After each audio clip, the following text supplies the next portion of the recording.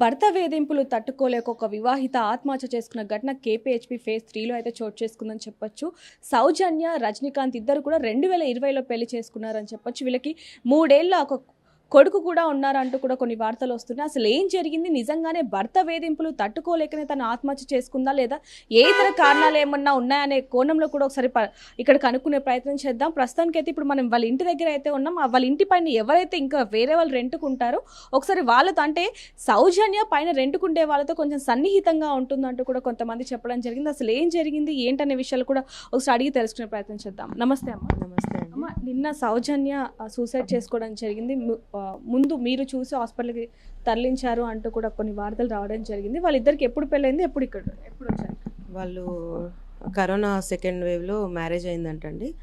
వాళ్ళు ఇక్కడికి 3.5 years నుంచి ఇక్కడే ఉన్నారు. వాళ్ళ బాబు 6 months ఉన్నప్పటి నుంచి బాగా ప్రేమగా ఉండేవాళ్ళు. మధ్యలో సహజం కదండి, ప్రతి కుటుంబంలో గొడవలు అవ్వడము అలా ఏవి బాగుండేవాళ్ళు. చాలా ప్రేమగా ఉండేవాళ్ళు. రీసెంట్గా మొన్న సండే కూడా వాళ్ళు చాలా హ్యాపీగా బయటికి వెళ్ళి షాపింగ్ చేసుకొని రావడం జరిగింది. మండే రోజు కొంత గొడవ పడుకున్నారు. కామన్గా వైఫ్ అండ్ హస్బెండ్ గొడవ పడుకుంటారు అనుకొని మేము ఎవరము వెళ్ళలేదు. నైట్ వాళ్ళ అక్క కూడా, సౌజన్య వాళ్ళ అక్క కూడా ఇక్కడ నియర్ బై ఉంటున్నారు. వాళ్ళ అబ్బాయి రజనీ కాల్ చేసి ఇట్లా రమ్మని చెప్తేనే వాళ్ళ అక్క వచ్చింది. ఇక్కడే నైట్ అంతా ఇక్కడే ఉంది. ఆ అమ్మాయికి కౌన్సిలింగ్ చేసుకుంది. అంటే వాళ్ళకి కొంచెం తరచూ గొడవలు అవుతూ ఉంటాయి కాబట్టి వాళ్ళ అక్క వచ్చి ఇక్కడ తనకి ధైర్యం చెప్పడానికి. అవును. అయితే వచ్చి ఉన్నది. ఇంటికి వెళ్దాం పదా అంటే కూడా రాలేదు అమ్మాయి. ఇక్కడే ఉంటా, పర్లేదు, బాగానే ఉన్నాను అని చెప్పిందంట. మార్నింగ్ లేచింది, ఆ అమ్మాయి డ్యూటీకి వెళ్ళిపోయింది. ఈ అబ్బాయి రజనీకాంత్ కూడా డ్యూటీకి వెళ్ళిపోయాడు. వాళ్ళకు 3.5 years బాబు ఉన్నాడండి. వాడు మా పిల్లలతో ఆడుకోవడానికి పైకి వచ్చాడు. 12-15 అరౌండ్ అట్లా పైకి వచ్చి బాబుని తీసుకొని అన్నం తిని మళ్ళీ వచ్చి ఆడుకో అని చెప్పేసి తీసుకొని వచ్చింది. తినిపించి పైన వదిలిపెట్టిందండి. పైన వదిలిపెట్టిన ఒక 10 minutesకి మళ్ళీ పిల్లలు ఆడుతా కిందికి వచ్చారు. అంతే, ఆ గ్యాప్లోనే అమ్మాయి అలా చేసుకుంది. హ్యాంగ్ చేసుకుందండి, ఫ్యాన్కి చున్నీతోని ఊరేసుకుంది. వాళ్ళ చిన్న బాబాయ్ చూసి అమ్మ కట్టి అని అరిస్తే మా పాప వెళ్ళి చూసి, మా పాప వచ్చి చెప్పేసరికి మేము ఇద్దరం, నేను మా హస్బెండ్ వెళ్ళినాము. తర్వాత పక్కన అమ్మాయి వాళ్ళు, కింద అబ్బాయి అందరు పైకి వచ్చారు. రిమూవ్ చేసి వెంటనే వాళ్ళ అక్కకు కాల్ చేసాము. అంటే కాల్ చేస్తూనే సిపిఆర్ కూడా ఇచ్చాను. కిందికి దింపేసరికి సౌండ్ వస్తుంది, గురుగురుమని సౌండ్ వస్తుంది. సిపిఆర్ ఇస్తే ఏమన్నా ఉంటుందేమో అనేసి మేము ఫస్ట్ అది చేసినాం. తర్వాత 108కి కాల్ చేసి వాళ్ళు వస్తున్నారు. వాళ్ళ హస్బెండ్కి కూడా కాల్ చేసి ఇన్ఫర్మేషన్ ఇచ్చాము. ఆలోపు అంబులెన్స్ వచ్చేలోపే అక్క వాళ్ళ బాబు కార్ తీసుకొని వచ్చాడు. కార్లో తీసుకొని రెమెడీకి వెళ్ళామండి. వాళ్ళ అక్క, నేను, మా హస్బెండ్ ఏమో బైక్ పైన వచ్చారు. ఓనర్ వాళ్ళకు కూడా నేను ఇన్ఫార్మ్ చేసిన, వాళ్ళు అందరూ వచ్చారు. చనిపోయే ముందు వరకు కూడా మీరు చెప్పడం జరిగింది వాళ్ళ బాబుని తీసుకొని తినిపిస్తా అని చెప్పి. సో అప్పుడు వరకు తన ప్రవర్తన ఏ విధంగా ఉండేది? అంటే కొంచెం బాధగా ఉండేదా, ఎప్పుడు మూడ్ ఆఫ్లో ఉండేదా, లేకపోతే ఎలా? నిన్నైతే డల్గానే ఉండండి, ఏం ఎక్కువ మాట్లాడలేదు. నేనే అడిగాను, లంచ్ చేసినావా, రజనీకాంత్ ఉన్నాడా అంటే లేదు, ఆఫీస్కి వెళ్ళిపోయినాడంటే ఓకే అని చెప్పేసి అనుకున్నాము. అంతే. అంటే ఎప్పుడు ఉన్నట్టు కదా, కొంచెం డల్గా, అంటే మొన్ననే కదా గొడవ అయింది. గొడవ అయిన తర్వాత కంటిన్యూషన్ ఉంటుంది కదా, ఫీలింగ్ ఉంటుంది, అట్లనే అనుకున్నాము. బాబుకి తినిపించేటప్పుడు మా దగ్గర తీసుకెళ్ళి బాబుకి తినిపించేటప్పుడు వాళ్ళ సిస్టర్ కూడా వచ్చిందంట పైకి. సరే తినిపిస్తుంది కదా, సెట్ అయింది అనుకొని నేను ఇప్పుడే బ్యాంక్ పోయేసి వస్తాను, ఇక్కడే వెళ్ళింది. అంతే, బాబుని తీసుకెళ్ళింది. ఒక 5 అంతే. అసలు మేము నమ్మలేకపోతున్నాం.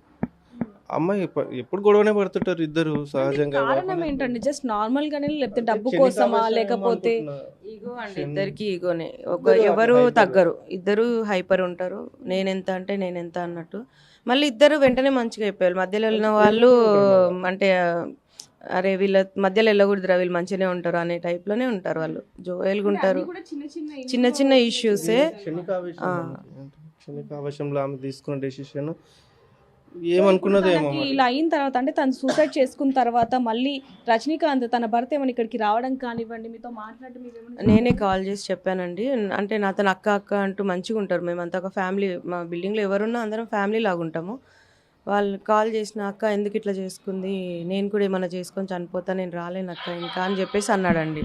అట్లా మాట్లాడొద్దు, బాబున్నాడు కదా, అట్లా చేయొద్దు, నువ్వు హాస్పిటల్కి అయితే రమ్మని చెప్పేసి నేను చెప్పినాను. కానీ ఇంకా రాలేదండి. మేము ఇంటికి వచ్చేంత వరకు అయితే రాలేదు. తర్వాత తెలిసింది ఏంటంటే సరెండర్ అయిపోయినాడు అని చెప్పేసి తెలిసింది. ఓకే. ఇప్పుడు ప్రస్తుతానికైతే తన మృతదేహం ఎక్కడుంది ఏంటనేది ఇవేమన్నా తెలుసా? మేము రెమెడీకి తీసుకెళ్ళినామండి. అక్కడ ఎమర్జెన్సీలో వాళ్ళు సిపిఆర్ చేసిండ్రు, తర్వాత షాక్స్ ఇచ్చారు. ఈసీజీ అంతా ఏమీ లేదు, అసలు పల్స్ లేదు, బ్రెయిన్ ఫంక్షనింగ్ లేదన్నారు. అక్కడ డిక్లేర్ చేశారండి డెడ్ అని. వాళ్ళ రిలేటివ్స్ అందరు కూడా వచ్చిండ్రు. వాళ్ళందరి సమక్షంలోనే వాళ్ళు డిక్లేర్ చేసి గాంధీకి షిఫ్ట్ చేసిండ్రండి సౌజన్య బాడీని. అక్కడ నుంచి మేము ఇంకా ఇక్కడికి వెళ్ళాము. ఇప్పుడైతే అక్కడికి వెళ్ళి రేపు అంటే ఇవాళ పోస్ట్మార్టం చేస్తామని చెప్పి అన్నారు. అక్కడ నుంచి వాళ్ళకి హ్యాండ్ ఓవర్ చేసి ఊరికి పంపిస్తారేమో. సో చూడొచ్చు, కేవలం ఇంట్లో చిన్న చిన్న గొడవల కారణంగానే తను ఇలా ఆత్మహత్య చేసుకుందంటూ కూడా చుట్టుపక్కల వాళ్ళైతే చెప్తున్న పరిస్థితి అని చెప్పవచ్చు. తను చనిపోయిందని చెప్పి ఎప్పుడైతే డాక్టర్లు నిర్ధారించారో అప్పుడే తనని గాంధీ హాస్పిటల్కి తీసుకుని వెళ్ళడం జరిగింది. అక్కడ పోస్ట్ మార్టం నిమిత్తం తనని సొంత ఊరికి తీసుకెళ్ళి అక్కడ అంత్యక్రియలు చేస్తారు అంటూ కూడా తెలుస్తుందని చెప్పొచ్చు. ఇంకా మరిన్ని వివరాలు కూడా తన సొంత అక్క ఎవరైతే ఉషా ఉన్నారో తనని అడిగి కూడా తెలుసుకునే ప్రయత్నం చేద్దాం. కూడా గొడవ అయింది అంటూ కూడా చుట్టుపక్కల వాళ్ళు చెప్తున్న పరిస్థితి. అసలు ఆ గొడవ ఏంటి, ఆ గొడవ తర్వాత అసలు ఏం జరిగింది అనే విషయం ఏమైనా తెలుసా? నువ్వు ఇంట్లో కూర్చొని తింటున్నావు, నేను ఏం చెప్తే అది చేయాలి. నువ్వు నేను తినమంటే తినాలి, నేను ఏది తెస్తే అది నువ్వు వండాలి, నేను తినమన్నప్పుడే నువ్వు తినాలి. నువ్వెవరితో ఫోన్లో మాట్లాడద్దు, నీకు ఫోన్ వద్దు అని ఫోన్ బగల కొట్టడము, టీవీ చూడనియకపోవడము, పిల్లవాడిని ఏదైనా అన్నా కూడా వాడిని ఇది చేయడము, ఇలా మానసికంగా టార్చర్ అనుభవించింది. గోడకేసి జుట్టు పీకాడంట. అక్క జుట్టు పీకితే గోడ కొట్టిండు అక్క అన్నది. చేతుల మీద గుద్దులు గుద్దితే కామిలిపోయినాయి అంత. అక్షయ్ అక్కతో వెళ్ళిపోవే, నువ్వు అక్కడ ఉండకు, నువ్వు బ్రతకగలుగుతావు. MBA చదివింది, శ్రీరామ్ ఫైనాన్స్లో 3 సంవత్సరాలు ఉద్యోగం చేసింది. టార్చర్ భరించలేక కొడుకు స్కూల్కి వెళ్తున్నాడని మానేసింది. ఇప్పుడు వాడి స్కూల్కి వెళ్తున్నాడు కదా, ఈ సంవత్సరం జాబ్ చూసుకుందామని అనుకుంది. ఇంతలోపే ఇలా చేసుకుంటుంది అనుకోలేదు. మేము ధైర్యంగా ఉండాలని చెప్పాం కానీ వాడు టార్చర్ మానసికంగా చాలా కృంగిపోయింది. మానసికంగా కృంగి ఇంకా ఏమి చెప్పుకోలేక ఏమి చేయలేక సూసైడ్ చేసేసుకుంది. వాడి దెబ్బలకు తట్టుకోలేక ఒళ్ళంతా నొప్పులు అక్క అని ఏడ్చింది. మొత్తం బాడీ పెయిన్స్ అని చెప్పింది. సౌజీ నువ్వు బయటకు వచ్చాయి అన్న, అక్క వస్తా అన్నది. కానీ ఇంతలోపే సూసైడ్ నోట్ రాసింది 3 పేజీలు. వాళ్ళ అత్తమ్మ కూడా నువ్వు ఎందుకే వేస్ట్ దానివి, నువ్వు పిచ్చిదానివే, నువ్వు అదే ఇదే నీకేమి అది ఇదని దాన్ని కొడుకుకి రెచ్చగొట్టేలా మాటలు మాట్లాడి కొడుకుని రెచ్చగొట్టి దాని మనసుని ఇంకా బాధ పెట్టి దాని చావుకి వాళ్ళ అత్త, వాళ్ళ మరిది, దాని భర్త ఇంత కారణమయ్యి చివరికి దాన్ని ఊరి పెట్టుకునేలాగా ఊసిగొలిపోయారు. మీరు చెప్పడం జరిగింది 3 పేజీల సూసైడ్ నోట్ కూడా రాసింది. అసలు ఆ 3 పేజీలో అసలు ఏమని రాస్తుందమ్మా? చూసారా, చదివారా మీరు? మాకు ఒకసారి చదివినిపించారు అక్కడ పోలీస్ స్టేషన్లో. దాని పెళ్ళైన దగ్గర నుంచి డేట్ టు డేట్ మొత్తం 3 పేజీలలో అది అనుభవించిన చిత్రహింసలు మొత్తం. నేనే తప్పు చేయలేదు, నా కాల్ డాటా తీసుకోవచ్చు మీరు, నేను ఏదైనా చేస్తే మీరు చూడండి. వాడు కావాలని నా మీద అబండాలు మోపుతున్నాడు. వాడు నా చావుతోటైనా వాడికి శిక్ష పడాలి. నేను బ్రతుకుంటే వానికి శిక్ష పడదు, నా చావే వానికి శిక్ష పడాలని రాసింది. దాంట్లో వాడిని కంపల్సరీ వాడిని వదిలిపెట్టద్దని రాసింది. నా చావుకు వాడే కారణం నా అత్త మామ మరిది మీద రాసింది. మీరు అతన్ని ఎవరైతే ఇప్పుడు మీ బావగారు ఉన్నారో అతన్ని అడిగారా అసలు ఏం జరిగింది, ఎందుకు ఇలా మా అక్కని హింసిస్తున్నారు, మా చెల్లెని హింసిస్తున్నారు అని చెప్పి ఏమైనా అడిగారా? అడిగితే వాడు పొంతం లేని సమాధానాలు చెప్తాడు. తానే బట్ట కాల్చి మీద వేసినట్టుగా వాడే చేసి దాని మీద చెప్పేస్తాడు. వాడి మాటలు అలా ఉంటాయి. ఆ మాటలకి అక్క ఎవరు చెప్పినా మీరు నమ్మేటట్టు లేరు. వాడి మాటలప్పటి నుంచి కూడా గొడవలే జరుగుతున్నాయని చెప్పి మీరు చెప్పడం జరిగింది. మరి మీ కూతురు మీకు చెప్పినప్పుడు, మరి అతనితో మాట్లాడినప్పుడు అతను ఎలాంటి సమాధానం ఇచ్చాడు? అలాగే వాళ్ళ తల్లిదండ్రులు పెద్ద మనుషులతో కూర్చోబెట్టి చేపించినాం. నేను చూసుకుంటా, నేను ఇప్పటి నా బాధ్యత, నేను ఏదొచ్చినా నేను చూసుకుంటా అన్నది అని ఇక బుధగరించి అది చేసి ఈసారి బాబు పుట్టింది కానీ నీకు ఏది వచ్చినా నన్ను చూసుకుంటా అన్నది.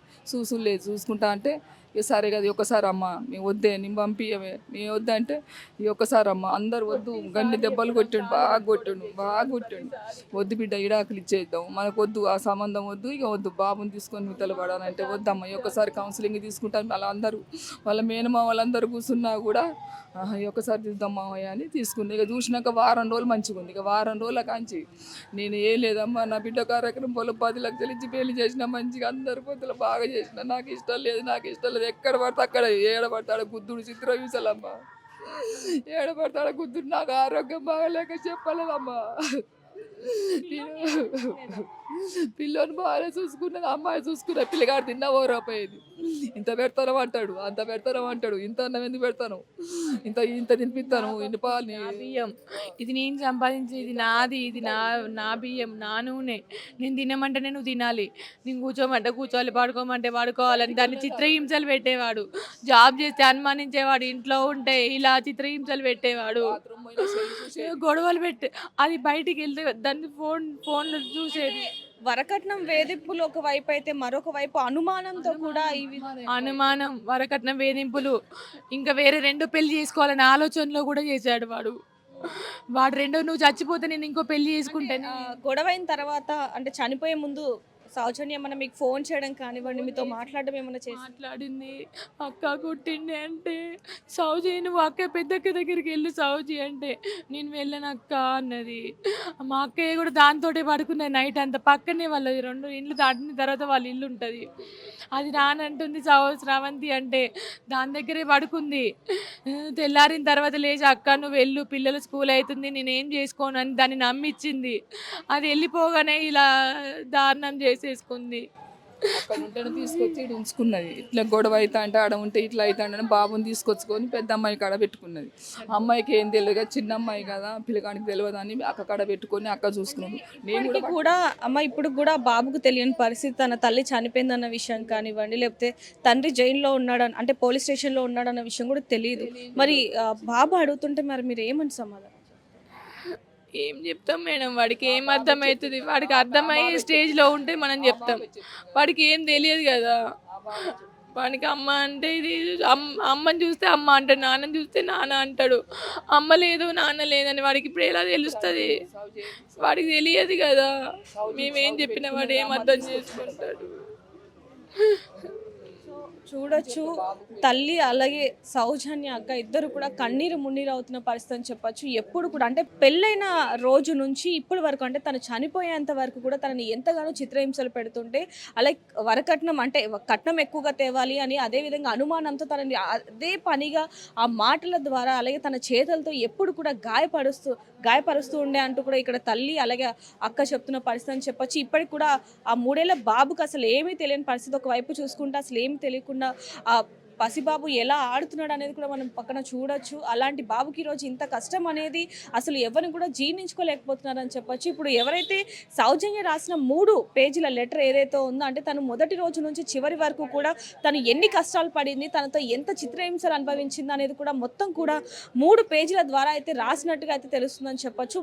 చివరిలో మాత్రం తనకి ఎలాగైనా సరే శిక్ష పడాలి తన వల్ల నేను చనిపోతున్నాను అంటూ కూడా సౌజన్య రాయడం జరిగింది. ప్రస్తుతానికైతే ఎవరైతే ఇప్పుడు సౌజన్య భర్త రజనీకాంత్ ఉన్నాడో అతన్ని కూడా పోలీసులు అరెస్ట్ చేయడం జరిగింది. మరిన్ని వివరాలు కూడా కనుక్కునే ప్రయత్నం కూడా చేస్తున్నారు. ఎలాగైనా సరే సౌజన్యకి సరైన న్యాయం జరగాలని మనం కూడా కోరుకుందాం. ప్రపంచంలో ఏ మూల ఏ క్షణం ఏం జరుగుతుందో వేగంగా తెలుసుకోవడానికి తొలి వెలుగు వాట్సాప్ ఛానల్ని ఫాలో చేయండి.